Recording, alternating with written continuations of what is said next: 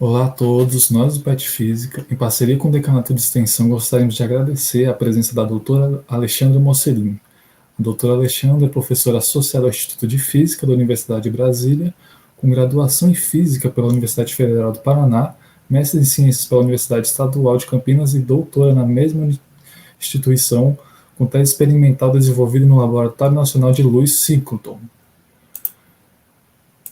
Professora, a senhora está em live com a gente agora. Bom dia a todos.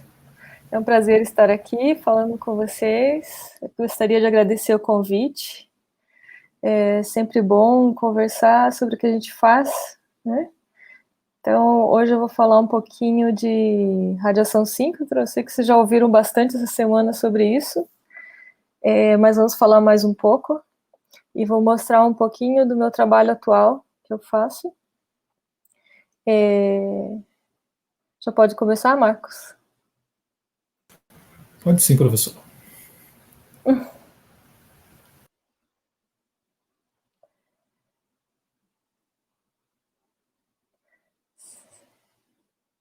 Então, o que eu vou falar para vocês hoje, eu dei como título o uso da radiação para o estudo de gases, líquidos e sólidos. Então, quando você tem uma radiação, tipo radiação síncrotron, você pode usar para estudar todo tipo de amostra, né? Seja ela, dependente do estado que ela esteja. Então, vou mostrar para vocês que a gente precisa de técnicas diferentes para estudar cada tipo de amostra. Então, vou me concentrar. Deixa eu passar aqui para vocês. Mais ou menos vou falar um pouquinho o que é a radiação síncrotron, né? Explicar de novo. Vocês já ouviram bastante, mas quem não ouviu, então está ouvindo pela primeira vez, então vou explicar as características, por que usar a radiação síncrotron. Vou mostrar um pouquinho da nova fonte, nossa nova fonte de luz síncrotron, que é vai ser uma das melhores do mundo, né? Só tem o Max 4 que já está em funcionamento, e nem está em pleno funcionamento, está igual um pouquinho mais avançado que o Sirius, mas tem algumas linhas já funcionando, e serão os dois síncrotrons de quarta geração. De terceira geração tem muitos pelo mundo afora, né, os países mais ricos principalmente, e o nosso era de segunda geração, o que foi fechado, o LNLS, e nós vamos ter essa super máquina agora, se tudo correr bem, vai começar, já tem algumas linhas funcionando, mas teremos mais linhas o ano que vem. Depois eu vou explicar um pouquinho dos fundamentos físicos do efeito fotoelétrico e a espectroscopia de raio-x, que é o que a gente usa atualmente, que eu já usei no passado também para estudar sólidos, e agora estou estudando amostras líquidas. Tem uma certa complicação estudar amostras líquidas, mas mostrarei para vocês, vou explicar e vou dar alguns exemplos do que a gente vem estudando. Tá? Então, é um assunto bem atual, tem poucos grupos no mundo que fazem, então é um assunto bem de ponta, bem hot topics que eles chamam, né? Então vamos lá. O que é a luz síncrotron? Como é que se produz luz síncrotron? Então nós sabemos que partículas carregadas, quando elas são aceleradas, elas emitem radiação. Né? Todo mundo que já estudou eletromagnetismo sabe. Só que tem dois limites. O limite clássico, quando a velocidade é pequena, né, a velocidade é muito menor que a velocidade da luz, então a partícula vai emitir radiação de forma isotrópica, ou seja, em todas as direções. Tá? Então ela emite em todas as direções igualmente. No caso que a velocidade é muito grande, próxima à velocidade da luz, a partícula, quando ela é acelerada, ela emite a radiação não mais em todas as direções, mas num cone bem estreito. Tá? E esse cone bem estreito, então, tem uma radiação forte, uma radiação intensa, bem colimada. Colimada é quando sai numa direção só e ela é polarizada. Uma luz que sai polarizada. Então, nós temos uma luz com amplo espectro, ou seja, vários comprimentos de onda, várias frequências nessa luz, e ela é intensa. Então, mas como é que a gente faz, né, para fazer com que no síncrotron de verdade, como é que a gente produz essa luz? Como é que faz para o elétron? No caso, a gente usa elétrons nos síncrotrons aqui, poderia ser outra partícula. Como é que a gente faz com que o elétron seja acelerado, né? Então, o que a gente faz é mudar a trajetória do elétron. Então, por isso que o síncrotron é um círculo. Não é um círculo perfeito, porque tem seções retas e seções circulares. Então, esses ímãs, tá meio ruim essa foto, mas esses ímãs grandes aqui, eles servem para fazer com que o elétron faça curva. E quando ele faz uma curva, você está mudando não a intensidade da velocidade, mas você está mudando a direção da velocidade. E quando você muda, né, pela equação da força, né, a força, você tem uma partícula, que é o elétron, ela tem uma velocidade e você coloca ela num campo magnético dado por esses dipolos, a gente chama esses de dipolos porque tem um polo em cima e um polo embaixo só. O que ele faz é fazer essa curva. Então, quando o elétron faz essa curva, ele emite a radiação síncrotron. Então, por isso que cada dipolo desse tem saídas de luz. Aqui, esses tubos, dá para ver, eu acho, é onde sai a luz, que é a luz síncrotron. E aí tem todo um muro aqui que é para proteger da radiação, porque sai radiação de todo tipo aí. E porque tem elétrons que se perdem nessa curva, batem dentro dos tubos e emitem radiação gama e outros tipos de radiação que tem que ser blindada das pessoas que estão aqui fora, né? Então, quando o síncrotron está rodando, ninguém entra nessa parte interna dos muros, porque tem radiação e radiação prejudicial. Mas na parte externa não tem, isso é monitorado constantemente. Eu nasci dentro do síncrotron praticamente, então eu nunca tive problemas com radiação. Tá? A gente tem, você usa um dosímetro, você carrega um dosímetro com você o tempo todo quando você está lá, e no final eles analisam esse dosímetro e nunca tive problemas. Então, nesse síncrotron tem outros ímãs, que são os ímãs que focalizam os elétrons na mesma trajetória. Então, tem os quadrupolos, os octopolos e assim por diante. Então, esses outros ímãs são mais de focalização, e os ímãs grandões aqui são para fazer a curva, para que emita a radiação. Então, essa radiação síncrotron está mostrada aqui nesse quadrado cinza, estão vendo?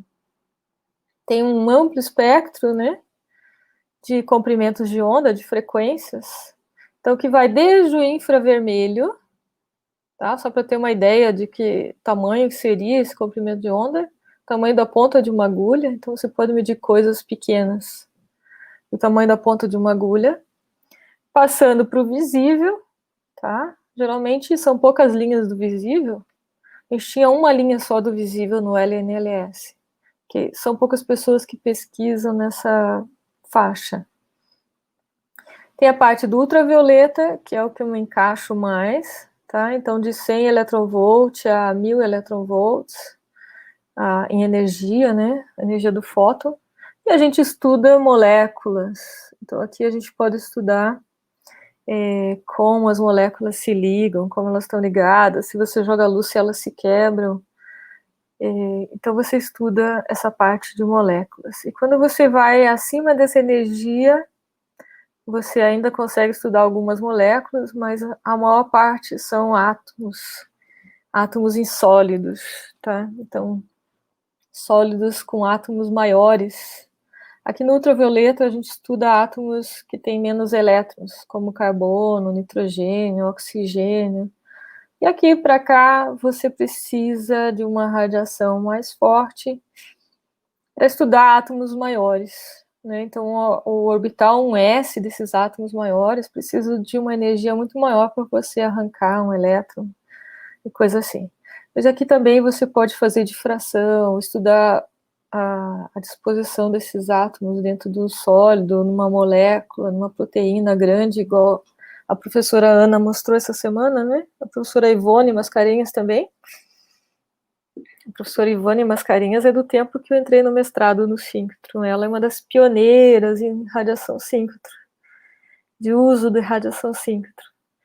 Então, ela estuda mais a parte de cristalografia, a parte de sólidos, de moléculas grandes, então usam mais essa parte de raio-x. O nosso síncrotron antigo, o LNLS, tinha bastante foco em ultravioleta, tinha linhas de ultravioleta, e o novo, ele está mais otimizado para raio-x de comprimentos de onda maior, né, de energia maior, comprimento de onda menor. Então, ele está mais focado aqui nessa região para estudo com raio-x de energia maior. Não que não possa estudar aqui, vou mostrar para vocês. Então, qual que é o grande diferencial dessa nossa nova fonte, né? É colocar a luz toda num pontinho. Então, essa figurinha de baixo aqui. Você tem a mesma fonte, digamos, só que essa daqui tem um foco grande, né? Então, o fluxo de fótons fica numa porção grande. Então, você tem um brilho menor, o que a gente chama de brilho. O brilho é o fluxo sobre a área da fonte, né? Quanto que sai da fonte e essa abertura angular aqui do feixe. Então, quanto menor, mais estreito esse feixe, é melhor, porque você tem toda a energia, né, todo o fluxo de fótons concentrado num pontinho. Tá? É o que está acontecendo agora nesse novo síncrotron. Ele está com 1/4, por enquanto, né? Eles não conseguiram colocar a potência total. Ele está com 1/4 do fluxo do antigo, do LNLS, mas o brilho dele já é maior do que o LNLS. Então, quando ele tiver todo o fluxo que ele foi projetado para ter, ele vai ser uma fonte muito mais forte, vai ter muito mais brilho do que o antigo, do que o LNLS. Então, esse é todo o diferencial. E essa abertura angular aqui, o tamanho do foco é muito importante também, porque quando você tem um foco bem pequenininho e você está estudando coisas pequenas, do tipo, eu vou mostrar, a gente estuda um microjato que tem 10, 20 microns. E se você tem um feixe que é maior do que o seu objeto, você está estudando coisas que você não quer estudar, nem ao redor. Então, você ter um feixe bem pequenininho aumenta a resolução, porque aí você pode focar exatamente no lugarzinho que você quer. Né? Digamos, sua amostra tem 1 centímetro e você vem com um feixe de poucos microns, você pode varrer essa amostra em diferentes regiões. Agora, se você vem com um feixe grande, tipo tinha no síncrotron antigo, que era mais ou menos 1 centímetro, era algo assim, e agora é um pontinho. Então, faz toda a diferença. Tá? Então, essa é a grande diferença entre os dois. Então, só para repetir um pouco aqui as características da luz síncrotron, nós temos um amplo espectro, quer dizer, vai do infravermelho até o raio-x, né? Tem um alto fluxo de fótons, muito maior do que as fontes convencionais que a gente tem em laboratório. Ele é altamente colimado e ele é polarizado. Então, a característica já da produção da radiação, quando o elétron é próximo da luz, né, a velocidade dele é próximo da luz, ele já emite uma luz polarizada no plano de emissão. Então, nesse plano aqui, ele é linearmente polarizado. Ele tem uma estrutura temporal. Por que tem uma estrutura temporal a luz? Só que é tão pequeno, tão rápido, isso que a gente não percebe nos experimentos. Mas você pode... por que é temporal, né? Então, os elétrons, eles não são contínuos dentro do anel. Eles vêm em pacotinhos, a gente chama de bunches. Então, vem em pacotinhos, e cada vez que passa um pacotinho, emite luz. Passa outro pacotinho, emite luz. Passa outro pacotinho, emite luz. Quando você coloca muitos pacotinhos de elétrons, isso vai ser muito rápido, a frequência é alta, então você nem percebe que você tem luz pulsando, é uma luz contínua que sai de lá. Quando você quer uma resolução temporal, o que você pode fazer é colocar um pacotinho ou 2 pacotinhos rodando no síncrotron. Então você vai ter a luz pulsada. Quando o pacotinho passa, ele dá um pulso de luz. Quando ele passa de novo, dá outro pulso de luz. Isso nós estamos falando em nanosegundos, tá? Então é um pulso, um tempo bastante curto. Às vezes tem experimentos que você não consegue realizar em tempo tão curto. Mas é um marcador temporal, tá? Se quiser colocar poucos e usar essa resolução temporal. E essa luz é polarizada, como eu já falei, no plano, e se você sai fora do plano linear aqui, se você vai um pouquinho acima ou um pouquinho abaixo, você tem luz circularmente polarizada, ou à direita ou à esquerda. Então, além de ser plano polarizada, ela é circularmente polarizada. Só para ter uma ideia de como o brilho é importante e como anda crescendo o brilho dos síncrotrons, né? Então, eu coloquei aqui nessa figurinha os tubos de raio-x convencionais, né? Então, eu estava aqui, ficaram muito tempo e cresceu um pouco em 1960 e alguma coisa. O brilho cresceu um pouco, então desse lado tem o brilho. É aqui o ano. Aí vieram os primeiros síncrotrons, 1980, por aí. E depois vieram os de segunda geração. O nosso foi inaugurado em 1997. Tá, em julho de 1997. Isso eu não esqueço, porque eu estava lá no mestrado. Então, e acompanhei toda a construção do síncrotron desde o início. Desde o início não, né, porque só o projeto demorou uns 10 anos, mas a construção em si, de fazer as peças, montar, isso eu participei dessa fase. Então aqui tem uma fotinha dele, como ele era. Isso tudo, muro é a blindagem, né, a blindagem para radiação. Então ele estava aqui em questões de brilho, mais ou menos 10 a 15, né? E os de terceira geração, eles estão nessa faixa aqui, de 10 a 20, o brilho, e o Sirius promete 10 a 22. Então nós estamos aqui em cima, no brilho, já quase no limite da ótica que a gente tem que utilizar no síncrotron, né, para ter luz nas linhas de luz. Já vou explicar o que é uma linha de luz. Então a gente está quase no limite e nós tínhamos 10 a 15, vamos para 10 a 22. Então nós temos um fator aí de 10 a 7, né, uma potência de 10 a 7.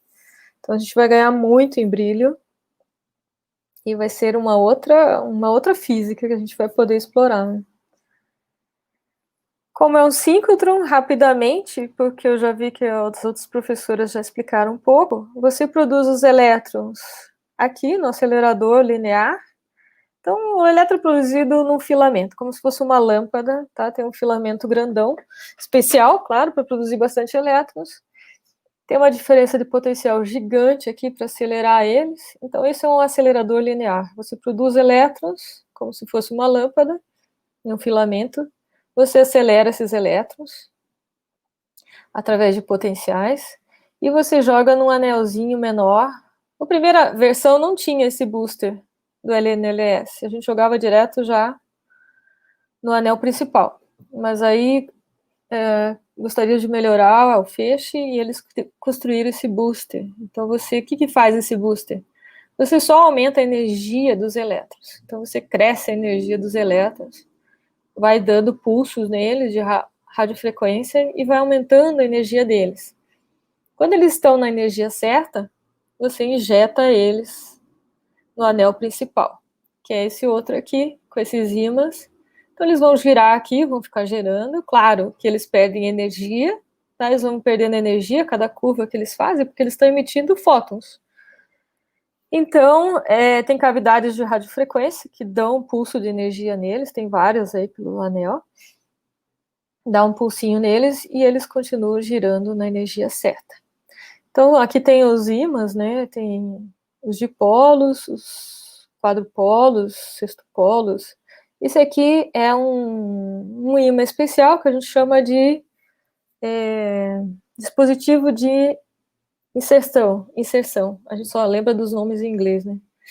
Insertion device. Então, é um dispositivo de inserção que nada mais é do que um monte de ímãs, tá? Então, você tem um monte de ímãs colocados um do lado do outro, e em cima também você tem a mesma fileira. E geralmente eles deslocam em todas as direções para que você possa mudar possa mudar o polo positivo, o polo negativo desses ímãs, tá? Então você pode mudar a polarização no sentido do polo magnético. Você pode mudar o polo magnético desses ímãs e fazer com que o elétron ele dance aí no meio desse ímã, né? Faça os zigue-zagues. Então ele vai fazendo os zigue-zagues e cada vez que ele faz um zigue-zague, ele emite luz, e essa luz é uma luz coerente com a próxima que vai ser emitida no próximo polo, e ele vai se somando. Então essa luz vai crescendo em energia. Então, esses dispositivos são importantes, eles dão energia especial, um fóton especial para a linha. São fótons que você pode mudar a polarização facilmente, pode mudar até para polarização vertical, se você quiser. Mas o antigo síncrotron era um problema. Quando a gente queria mudar a polarização, tinha que avisar o centro de controle, porque a gente podia derrubar o feixe. E atrapalhava todo o feixe, então todos os elétrons, né? Então as outras linhas sentiam um pouco. Então a gente não podia mudar à vontade, mas você pode, certamente nesse novo síncrotron isso vai ser totalmente corrigido, e você pode mudar a polarização circular para um lado, circular para o outro, vertical, horizontal, e explorar muito a sua amostra com esses outros tipos de luz. E é uma luz mais forte, né? Você sai ainda mais forte a luz. Então tem outras características que esses dispositivos colocam aí. O que é uma linha de luz, né? Então depois daquele o círculo está aqui dentro desse muro, depois do muro vem a luz que a gente vai usar, né? Por enquanto eram só elétrons, então cada seção daquelas é conectado com o tubo, e a gente vai usar a luz aqui. Isso é uma linha de luz que a gente chama de beamline. Beamline é linha de luz onde tem fendas, tem espelhos para focalizar, tem o monocromador. Qual que é a função do monocromador? Escolher a energia, né, o comprimento de onda que você vai utilizar. Então você pode variar o comprimento de onda da luz que está chegando. Então, é isso, tem filtros, tem uma série de coisas, tem as bombas para manter o vácuo, tudo isso é em vácuo de 10 a menos 9. Então, o vácuo super especial, no novo vai ser menor ainda.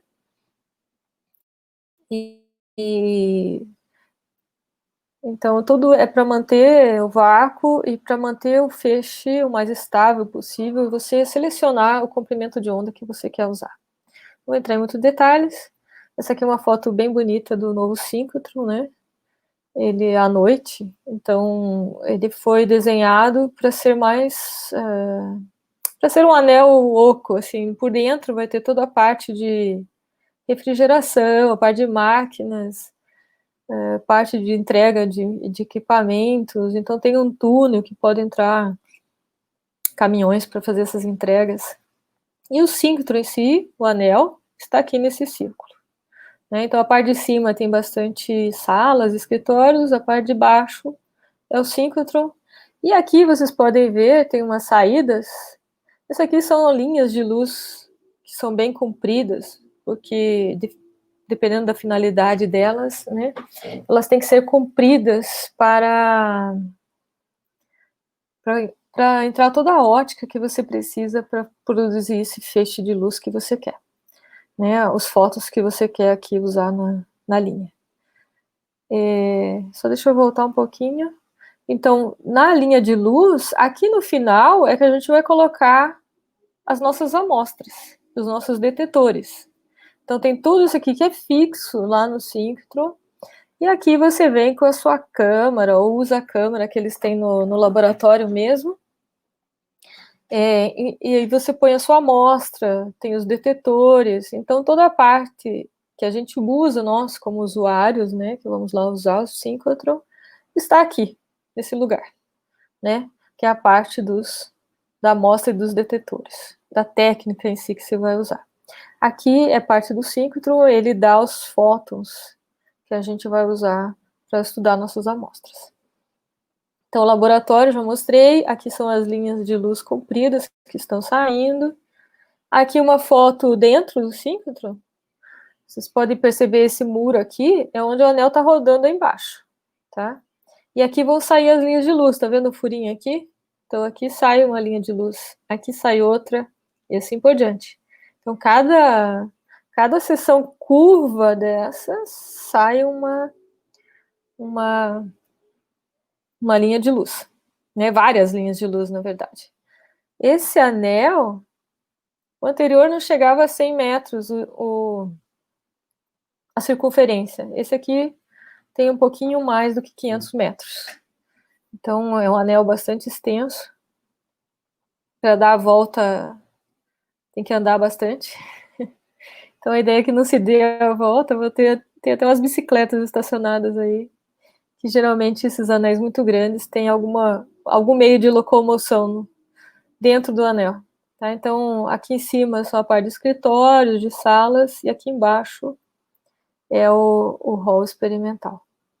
Né? Então, aqui é a parede do síncrotron mesmo. A professora Ana já deve ter mostrado para vocês, vou mostrar, é a primeira linha de luz que está pronta, que é a Manacá. É a linha dedicada à cristalografia de proteínas. Então, aqui está o muro, né? Para vocês terem uma ideia, naquela outra foto parecia pequena, mas tem uma pessoa aqui, ó. Olha o tamanho da pessoa. Então, uma pessoa com uma escada. Então, isso é muito grande. Tem 2 vezes uma pessoa ou mais. É bem alto. Na foto anterior dá a impressão que era baixinho, né? Não é? É bem grande, é bem alto. E aqui está saindo a linha de luz, né? Então toda a ótica da luz, da linha de luz está aqui, dentro dessa cabana, tá? Que essa é a linha de luz com raio-x, tem que ter cabanas de proteção radiológica. Então ela é toda fechada com essas cabanas, com proteção. E aqui vem a parte experimental, então onde você vai pôr as amostras, tá? Então vai ter que ficar fechado também. E aqui a sala de controle, onde você vai ter os computadores, que você vai controlar toda essa parte de soltar o experimento, gravar o experimento e tudo mais. Nós vamos ter muitas linhas de luz, por enquanto só tem algumas em construção, né? Na foto anterior estava dito aqui, ó, 6 linhas de luz que estão sendo montadas, né? Eu, na minha área de estudo, eu estudo com ultravioleta, então vou usar mais, por enquanto, talvez eu mude, né? Com esse síncrotron novo, a gente nunca sabe o que vai fazer. Tem muitas possibilidades de estudo. Então, mas por enquanto, tem 2 linhas de luz, uma é a IP. A IP é uma linha de alta resolução que dá feixes de ultravioleta, né, de 10 eletronvolts a 2 kelectronvolts, e a Sabiá, que é uma fonte, é uma linha de luz com menos resolução, mas tem um alto fluxo. Tá? Então, o mesmo tipo de linha, ela usa esse ondulador EPU 50 e usa esse tipo de monocromador, que é o PGM. Então, essa aqui tem um pouquinho, começa em 200 eletronvolts e vai a 2 kelectronvolts. A Manacá está aqui, que a gente mostrou na anterior, está entre a IP e a Sabiá, sai aqui também. Tá? Então, essas são as possibilidades. Cada linha de luz, essas em azuis, são onduladores de um tipo, que é o IVU19. As roxinhas eu já falei, o EPU50. E essas verdes são com os dipolos, tá? Só que agora são os dipolos superpoderosos, não são dipolos igual do LNLS. tem um campo magnético super alto, 2 Tesla. E em vermelho é o Wigler, que a gente já tinha essa linha de Wigler também. E essas linhas vão ser transportadas para o novo síncrotron, parte delas, né, que dê para usar. Então, o que acontece? Você tem fótons saindo, você tem a sua amostra, independente do que seja um gás, um líquido, um sólido, vai acontecer a interação desses fótons com a sua amostra. E quais os processos que podem acontecer? Você pode ter elétrons emitidos, né? Então, você pode ter esses elétrons, você pode ter fótons transmitidos, ou seja, os fótons incidentes passam pela amostra e são transmitidos. Ou você pode ter fótons emitidos. Então, os fótons interagem com essa amostra e emitem fótons, e esses fótons vão ser medidos depois. Então,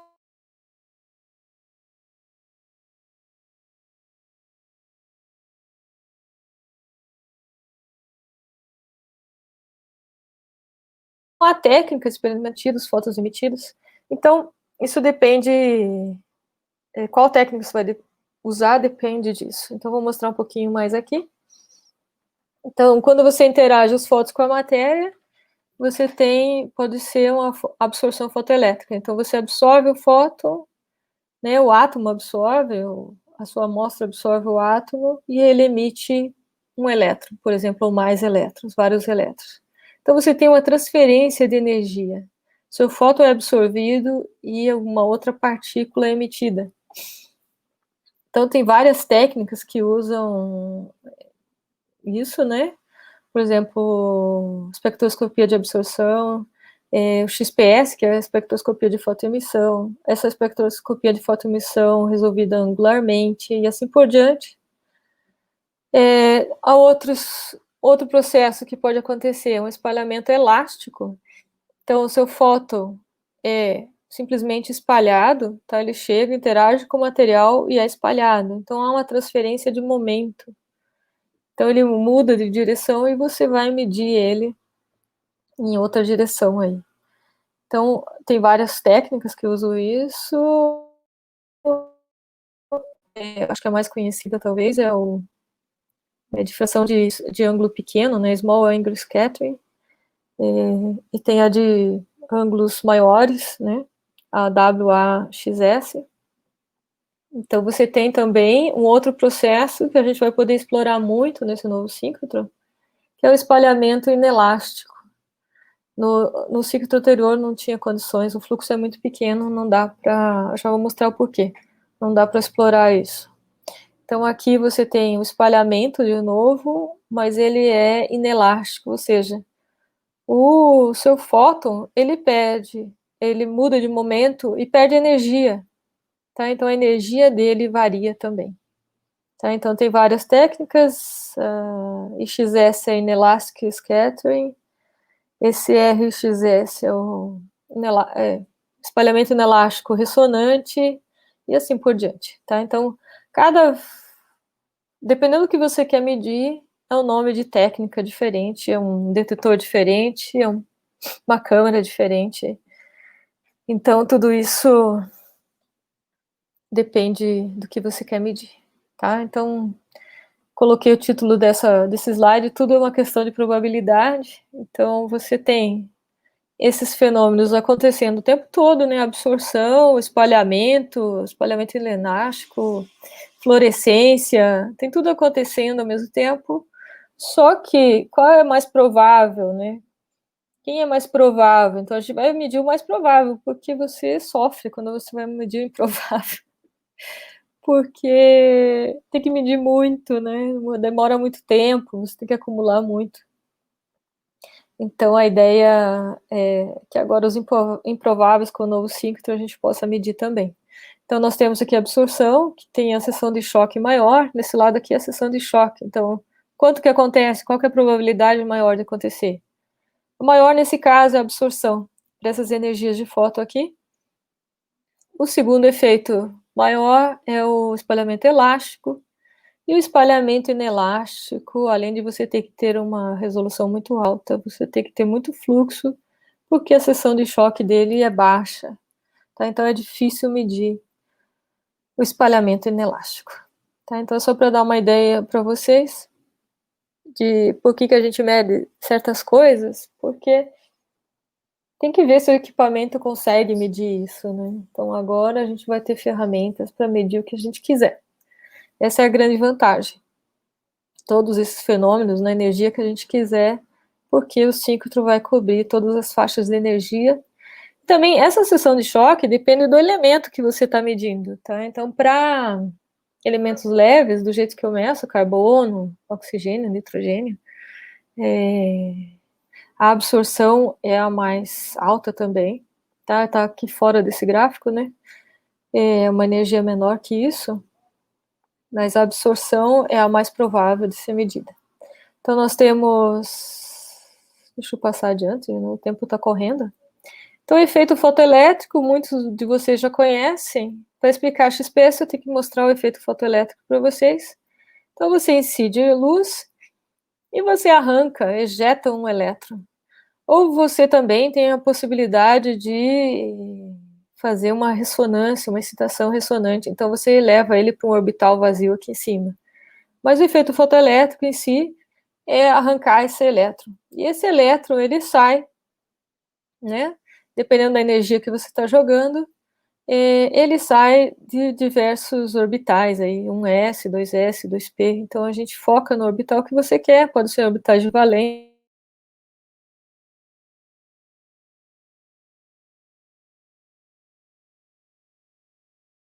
também, depende pela equação do efeito fotoelétrico, que é dada por a energia do fóton menos a energia de ligação. Então, esse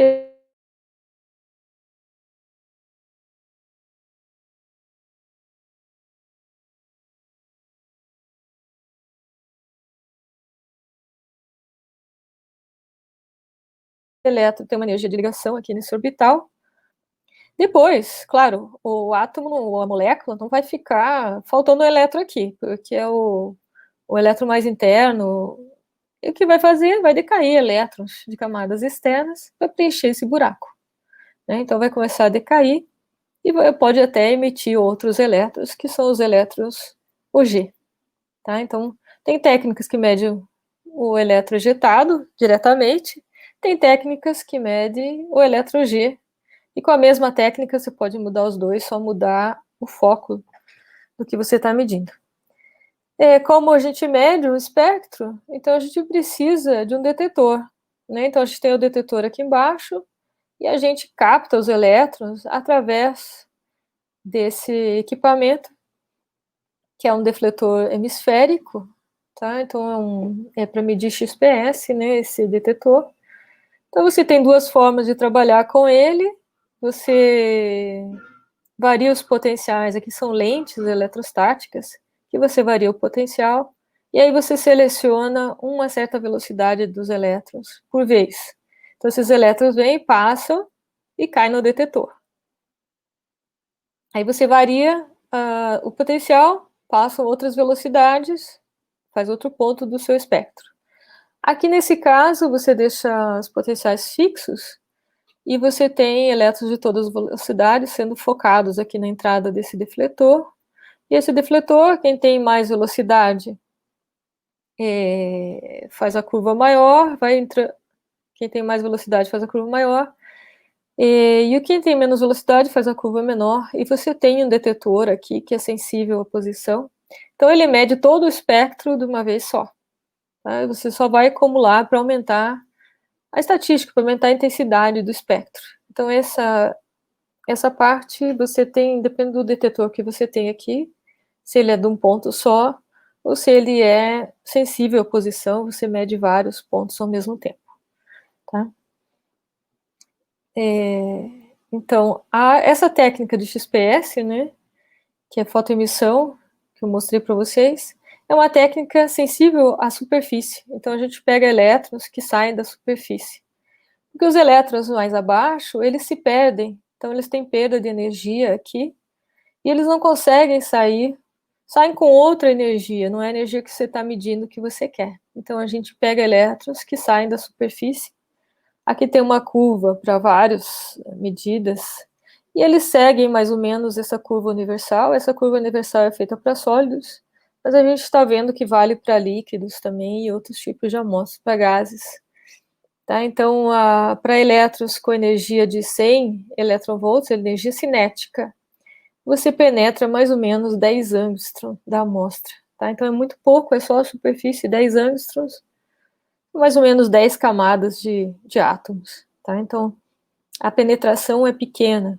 Então, isso a gente chama de superfície, essa parte externa aqui, e bulk, né, o caroço, a parte interna do elemento. Então, é elemento específico, a gente, escolhendo a nível de fóton, a gente pode medir, aqui está o exemplo da água, tá?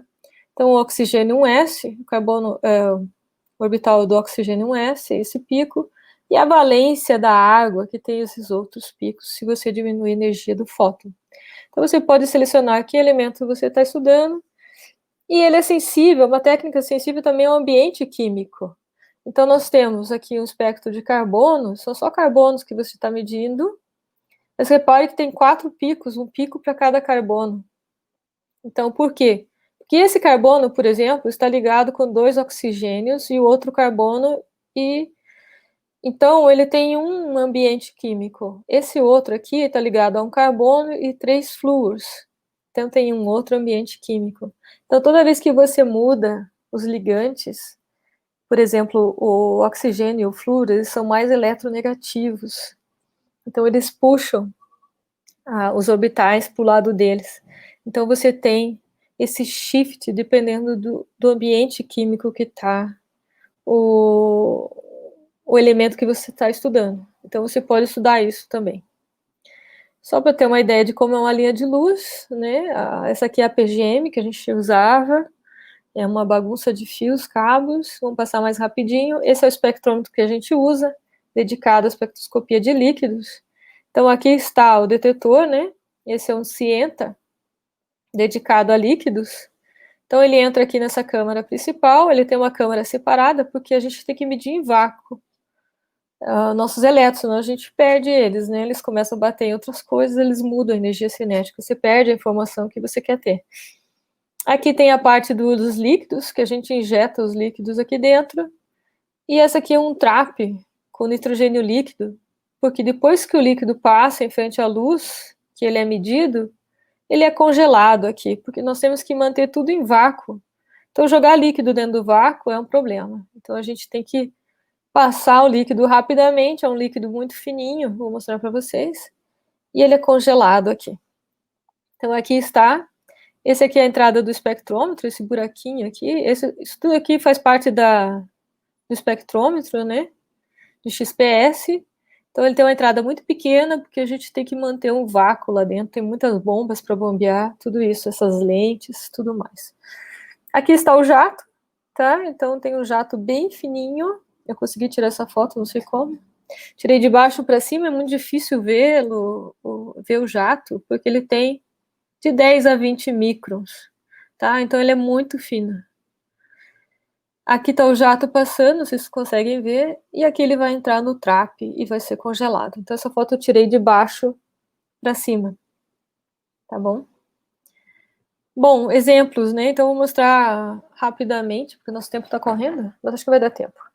Vou mostrar três, na verdade, mais dois exemplos para vocês do que a gente faz.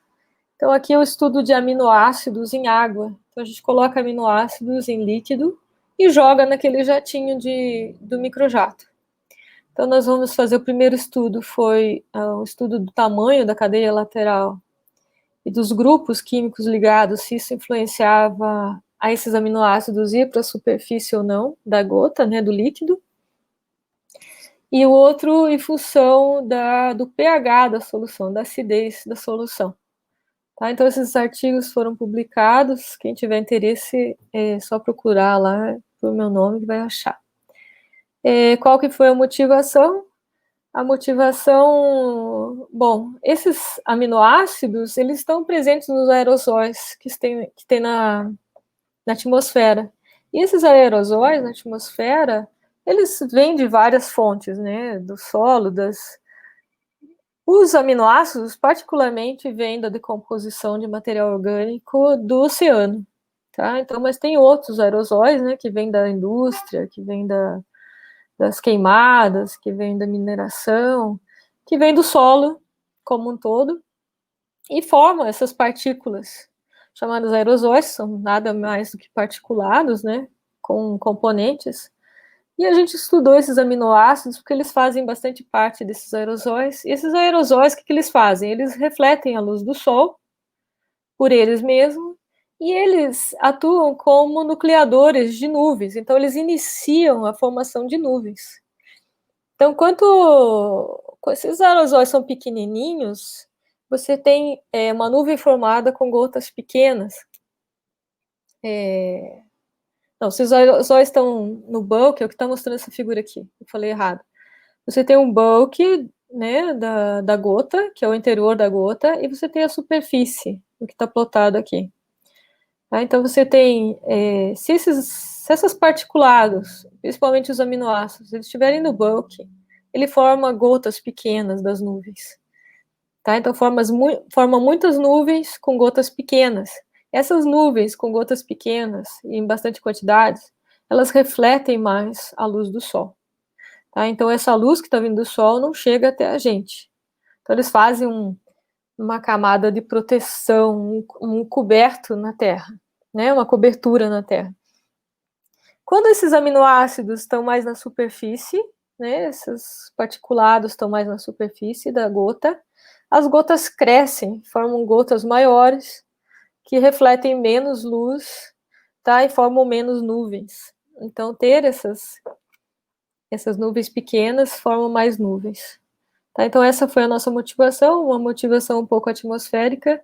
Claro que nossa pesquisa é uma pesquisa de fundamentos, uma pesquisa básica, mas tudo isso pode ser usado para estudar esse clima, né, a atmosfera. Então, isso foi sugerido em vários artigos da Science, da Nature.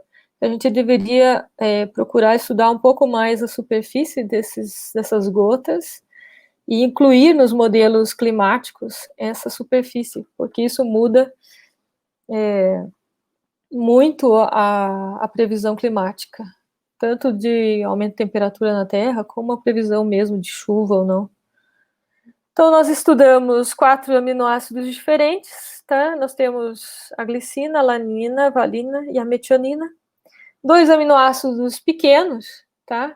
O que é um aminoácido? Um aminoácido se caracteriza por esse corpo aqui, ó. Se você olhar, todos têm o mesmo corpo, que é um carbono central, ligado a um radical amina, que tem nitrogênio, a um radical carboxílico, que tem o carbono e 2 oxigênios, e a um hidrogênio. E o que diferencia um aminoácido do outro é o que vem pendurado aqui, ó, na 4ª ligação, tá? Então, o que diferencia é isso. A glicina só tem um hidrogênio pendurado, ela é pequenininha. A alanina tem o CH3, um grupo metil aqui pendurado nesse carbono central. A valina já começa a crescer, né? Tem 3 carbonos, um monte de hidrogênio. E a metionina, além de carbonos, ainda tem um enxofre aqui. Então, nós temos cadeias com tamanhos diferentes. E aqui nós temos 3 carbonos também, igual a valina, mas tem um enxofre aqui no meio. Então, o que esse enxofre pode trazer aí de consequências de mudar, né, a química aí se as moléculas vão para a superfície ou ficam no bulk. Então, lembrando que a nossa técnica é uma técnica de superfície, então o que a gente mede mais é um sinal que vem da superfície. Então, aqui nós temos o espectro do nitrogênio. Como tem só um nitrogênio nas nossas moléculas, a gente tem um pico só. Então, a cor dá o tipo de aminoácido que nós estamos estudando. O azul é a glicina, o verde é a alanina, o marronzinho é a metionina e o vermelho é a valina. Então, a gente vai usar esse código de cores o tempo todo. Então, aqui nós temos o nitrogênio. A carbono, nós temos mais carbonos. Então, esse sinal aqui, esse pico, vem do carbono, do ácido carboxílico. Esse pico aqui vem do carbono, do alfa-carbono, o carbono central. E esse pico aqui vem dos carbonos da cadeia lateral. Tá? Então, aqui tem mais do que um carbono, né? Que, dependendo do tamanho da cadeia lateral. A glicina não tem carbono na cadeia lateral, só tem hidrogênio. Então, esse pico não aparece aqui na glicina. Tá vendo? Aqui, a gente vai comparar, são os mesmos espectros que da figura anterior, só que comparar a intensidade. Perceba o seguinte, a glicina e a alanina têm uma intensidade muito baixa, tanto na borda do nitrogênio quanto do carbono. Então, isso quer dizer que elas estão mais no bulk. A gente não consegue muito sinal delas. A concentração delas é a mesma, tá? De todas as amostras. Então, esse sinal reflete se elas estão na superfície ou não. Então, essas moléculas menores, elas tendem a ficar dentro do líquido, mais para dentro do líquido. As maiores tendem a ir mais para a superfície. Tá? Então, esse é o primeiro resultado, olhando só as intensidades. Aqui estão plotadas as áreas, né, que são as intensidades. Então, se a gente olhar, realmente o vermelho, que é a valina e a metionina, é a marrom. Em todos os picos, eles são maiores, e aqui as outras duas, né, que é a alanina e a glicina, são menores. A gente plotou o número de átomos em função da cadeia lateral, comparado, né, o número de átomos da cadeia lateral com a propensão à superfície. Então, a gente faz um modelinho, tirando o sinal de bulk. O sinal de bulk é o sinal da glicina que a gente usou, porque a glicina a gente sabe que ela fica só no bulk. Então, não tem sinal de superfície. Então, a gente usa a glicina como nosso padrão, né, para tirar o sinal de bulk e calcula quanto desse sinal vem da superfície. Então, a gente vê que não tem uma relação muito linear, né, vai crescendo, mas a valina, por exemplo, que tem menos átomos, tem um sinal maior que a metionina. Então, isso quer dizer que não só o tamanho da cadeia lateral influencia ir à superfície ou não, mas também a composição, né? Porque a metionina tem esse enxofre que faz toda a diferença para ela ir ou não à superfície. Tá? Então, a gente já sabia de antemão que esses aminoácidos pequenos são hidrofílicos, ou seja, eles gostam de água, e esses maiores são hidrofóbicos, eles não gostam de água, então eles vão para a superfície, eles não querem ficar no miolo da água, eles querem sair, eles vão para a superfície. Então, esse é um resultado. Vou falar um pouquinho mais, nosso tempo já está correndo muito grande. Vou falar um pouquinho desse estudo da cisteína que nós fizemos. A cisteína, essa é uma titulação. Então, o que é a titulação, né? Você muda o pH da solução, aqui está mais ácido e aqui está mais básico. Aqui está na forma mais neutra. E as espécies mudam. E essa titulação é feita no bulk, ou seja, é uma técnica de interior de líquido, né? E aí eles mediram as espécies que tem nas diferentes pHs. E nós fomos medir, então, na superfície. Será que isso se mantém ou muda? Então, na superfície, o que nós vimos é que os íons tendem a evitar a superfície. Então, quando você tem amostras, né, tipo esse daqui, com S-, porque o menos aqui com mais, ele se cancela, fica neutro. Então, esse S-, ele tem um sinal menor, né, e o SH tem um sinal maior na superfície. Então, os íons, esse S- e o NH3, né, que vem daqui também, eles tendem a evitar a superfície. Eles querem ficar mais pro bulk. Tá? Então, esse é um outro resultado, rapidamente falando para vocês. Aqui nós vemos mudando o pH, como os espectros mudam, né? Então, aqui no pH 1 e 5, nós tínhamos a mesma espécie, só tinha a NH3. Já no pH 9,5, nós temos dois picos, porque um é do NH3 e esse do NH2. Então, nós temos dois picos em 12, no pH 12 só tem o NH2. Tá? Aqui no enxofre, na borda do enxofre. O enxofre tem o desdobramento, a gente está medindo a borda 2P do enxofre, por causa da energia do fóton que a gente tem. e ele desobra a spin-órbita. Então, esse é o 2p meio, esse é o 2p3,5. Então, a gente vê aqui, esse é o SH, tá? Então, 2 picos por causa do spin-órbita. E quando a gente vai aqui, tem 4 picos, que esse é o SH e esse é só o S, tá? Então, aqui só tem S, então nós temos esses 2 picos. Então, a gente já publicou isso também no ano passado.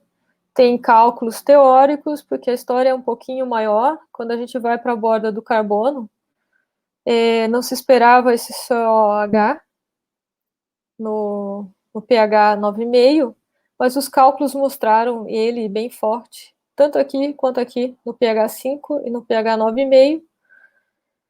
E aí, nas nossas medidas, o que nós vimos, olha aqui, no pH 5 não tem COH, deveria ter só essa espécie COO. E no pH 9,5 também deveria ter só COO, que é esse pico em rosa aqui, ó. Tá vendo? Que também é a espécie aqui. Então, só no pH 1 que deveria ter o COH, que é esse vermelho, né? Então, mas os cálculos mostraram que não, que aqui no 5 deveria ter, mas o nosso é bem pequeno, e no COH, aqui no 9,5 também deveria ter. E os outros picos aqui não vou entrar em detalhe, porque demora muito tempo. Então, o que a gente percebeu é o seguinte, que além de aparecer essas novas espécies, né, com COH, que não deveria ter pela titulação de Bulk, na superfície forma-se essas espécies com COH, e por que não forma aqui no 5? É muito pequeno, né? Aqui no 9,5 é bem maior, porque no 9,5 que está acontecendo, está havendo formação de pares. Então, a gente viu que íons tendem a evitar a superfície. Então, aqui no caso do pH 5, só tem um tipo de espécime, né? Ele com H ou sem H, e ele não forma pares, porque não tem esse S sem o H, no pH 5. Mas aqui no pH 9,5 tem esses espécimes diferentes, e eles podem formar pares. Se eles formam pares, eles podem ir para a superfície. E quando eles são iônicos, assim, tem esses íons, eles tendem a evitar a superfície, que a gente já tinha visto anteriormente. Então, aqui, eles formam pares nesse pH 9,5, e eles ficam mais para a superfície, por isso que a gente vê um sinal maior. Então, essa é mais ou menos os resultados que eu queria mostrar para vocês, rapidamente, né? Acho que foi muito rápido, talvez vocês não entenderam muito bem o que eu falei. Mas só para dar uma ideia do que a gente faz. Então, a gente pode estudar diferentes concentrações, amostras em diferentes concentrações, para ver até quando a gente consegue, se a superfície ela se satura, então o sinal de superfície fica saturado daquelas amostras, aquele soluto, né, que você está dissolvendo, ou em função do pH, né, então você tem uma física toda diferente em função do pH, e também mudando o soluto que você está estudando. Então, isso foi bastante interessante, que a gente vê que essas amostras maiores, elas tendem a ficar na superfície. Eu gostaria de agradecer os colaboradores, a gente tem 2 projetos de cooperação. Essa Stint Caps, Stint é da Suécia, né? Então, a gente tem uma equipe na Suécia que colabora com a gente. Esse primeiro projeto, que era estudo de interfaces aquosas, na perspectiva de estudar as mudanças climáticas e a produção sustentável de energia, que foi de 2017 a 2019, então a gente encerrou esse projeto. Conta com o coordenador da parte sueca, era o professor Uli Bjorneholm, da Universidade de Uppsala, e o professor Arnaldo Naves de Brito, da Unicamp. Aí tem professores da USP, a professora Kalina da USP é teórica, o professor Coit é um químico, que sabe tudo de química, o Túlio é lá do síncrotron, o Ricardo trabalha comigo no laboratório de espectroscopia eletrônica aqui da UNB, o Carlos é um brasileiro que está na Universidade de Uppsala, há muitos anos ele mora lá, que são teóricos, o professor Hans também é teórico, o professor Vincenzo é um italiano que também trabalha lá na Uppsala, nesse grupo de teóricos que fazem a parte teórica do trabalho. O Uli tem, não coloquei todas as pessoas aqui, que são muitas, tem o professor Gunnar, que eu esqueci, trabalha no laboratório Max, né, então ele que faz as medidas lá no Max. As primeiras medidas, aqueles primeiros aminoácidos que eu mostrei para vocês, foi feito no Max, na Suécia. O nosso equipamento não estava funcionando muito bem, a gente foi para lá e mediu lá. Então a gente tem essa colaboração, a gente pode medir aqui e lá. E agora a gente começou um segundo projeto, né, que é para estudar fotossíntese artificial. Então vai nessa pegada de produzir energia sustentável. Então criar materiais que simulem a fotossíntese artificial. O que é isso? Pegar a luz do sol e transformar em energia para a gente usar. Né? Então, poder transformar a luz do sol em algo mais... melhorar a eficiência, né, dessa produção de energia solar. Tá? Então, esse projeto agora não pode ser os meus coordenadores, então nós mudamos os coordenadores, é a professora Kaline e o professor Rubensson, lá da Suécia. Bom, gostaria de agradecer a vocês, desculpe, me estendi muito, e agradecer as agências de fomento, né, e o Síncrotron. O Síncrotron também sempre fomenta a gente, e deixa a gente usar os equipamentos. Muito obrigada.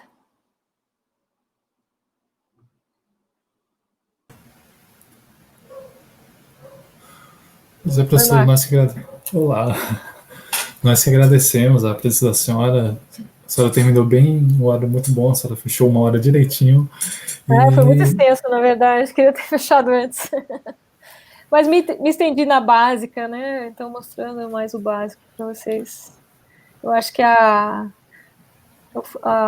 missão maior é para os alunos, né? A Semana da Física. Então, eu tentei mostrar onde aplicar os fundamentos que vocês aprendem da física na prática, né? Certo. A gente não estuda à toa. Não, jamais. E, cara, esclarecedora a palestra, todo o conteúdo, as aplicações dos Sirius e essa participação brasileira, então, algo bem bonito de se ver. Professora, agora nós temos algumas perguntas do chat, senhora, eu vou começar a passá-las para a senhora, tá bom? Uhum. Vamos para a nossa primeira pergunta, do Marcelo Souza Gaspar. Tem algum programa de visitação, uma visita monitorada aos Sirius, ou só pesquisadores têm acesso? Não, os Sirius têm visitas monitoradas, inclusive eles adoram isso. Você escreve para o pessoal de como é que chama? Comunicação. Tem o departamento de comunicação do Síncro, e você agenda a visita. Você pode levar seus alunos também, eles adoram que faça essa visita. Certo. Agora não, né? Agora nem os pesquisadores podem entrar, nem as pessoas que trabalham lá. Quem está trabalhando no Síncrotron agora é só quem está montando a parte de vácuo, só essa parte mais pesada do Síncrotron, terminando construção, essas coisas que está podendo entrar no Síncrotron. Nem os pesquisadores podem.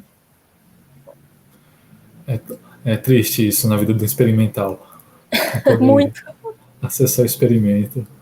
Eu desliguei todo o meu laboratório, porque eu não posso estar lá para cuidar, né?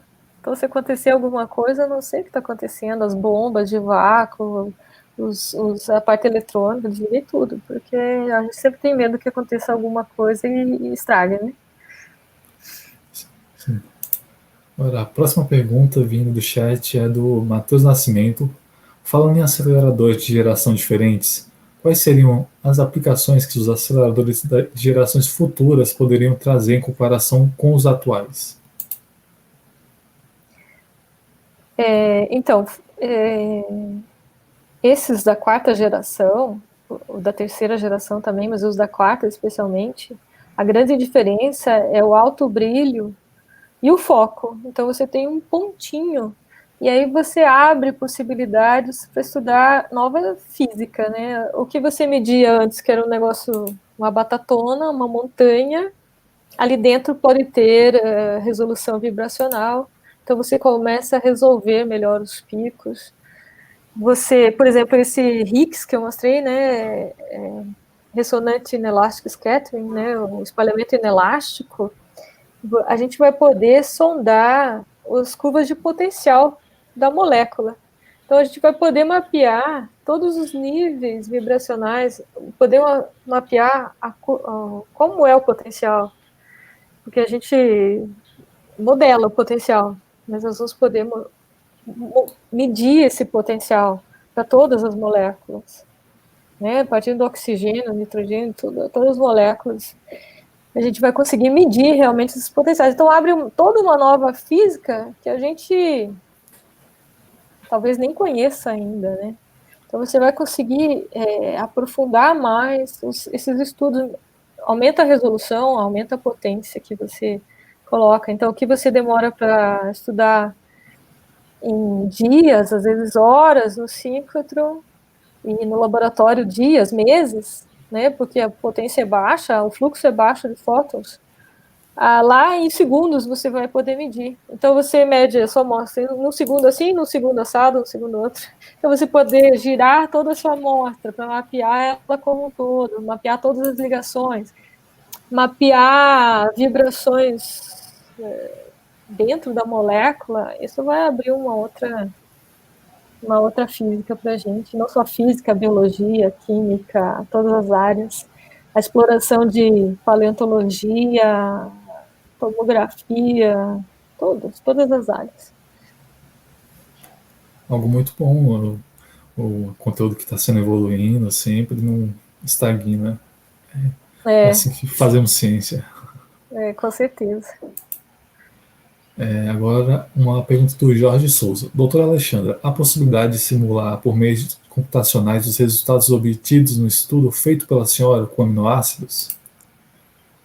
Sim, e já foram feitos, né? Vocês viram os resultados computacionais, e eu não mostrei naquela parte dos aminoácidos, a primeira parte, mas já tem um artigo publicado pelo mesmo grupo, o professor Hans Agren e o professor Vincenzo já fizeram esses cálculos de tensão superficial, desses aminoácidos em gotas, em superfícies planas, então esse estudo já foi feito, sim.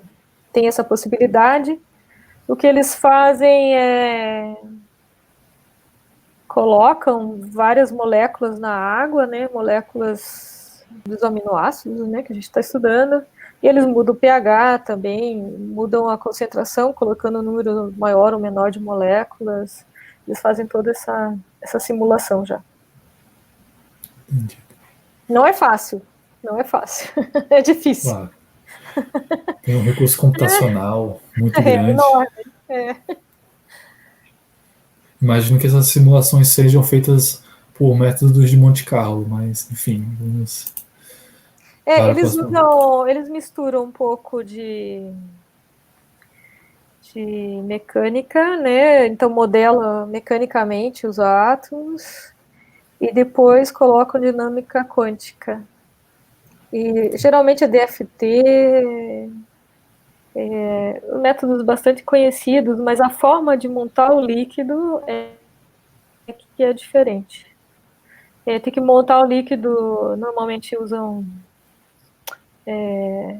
mecânica, né? Assim você monta colocando as moléculas, coloca moléculas de água e coloca X moléculas de líquidos, de soluto, e depois coloca uma dinâmica molecular. Compreendo. Usa a polarização do meio também para estudar. Dependendo do grupo, tem formas diferentes de calcular.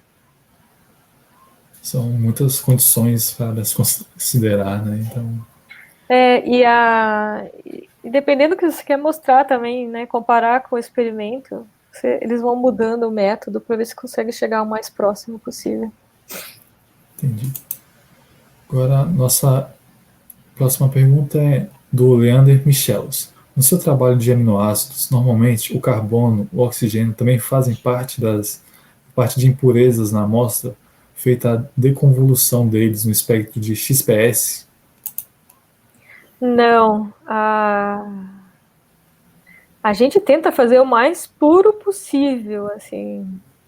Então, o que a gente faz? Você compra, por exemplo, o aminoácido. Você compra a maior pureza que você encontra. Quanto mais puro, mais caro, mas tudo bem, é assim que a gente faz, tem que fazer.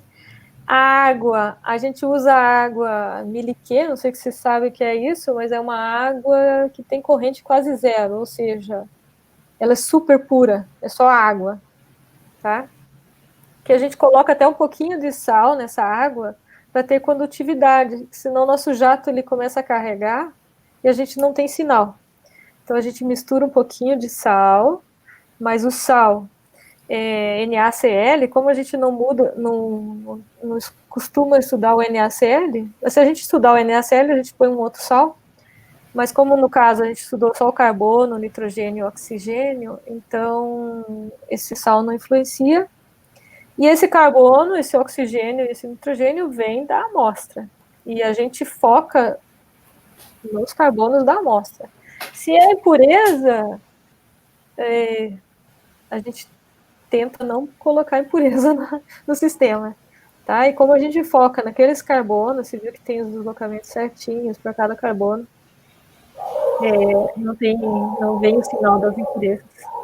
Geralmente, o sinal de impureza fica no background, porque a impureza geralmente tem um sinal muito menor, né? A impureza você evita, então a quantidade dela é muito menor do que você está tentando medir. Então ela fica ali no background, no sinal de fundo. Entendido, professora. As perguntas do chat acabaram, não fizeram mais perguntas. Aqui, em nome do PET Física, nós só temos a agradecer pela presença da senhora, o seu tempo, principalmente. E é isso. Muito obrigado pelo seu tempo. Eu que agradeço a presença de todos aí. Agradeço o convite. Muito obrigada. Tenha um bom dia. Sim. Obrigada, Marcos. Obrigado, senhora professora.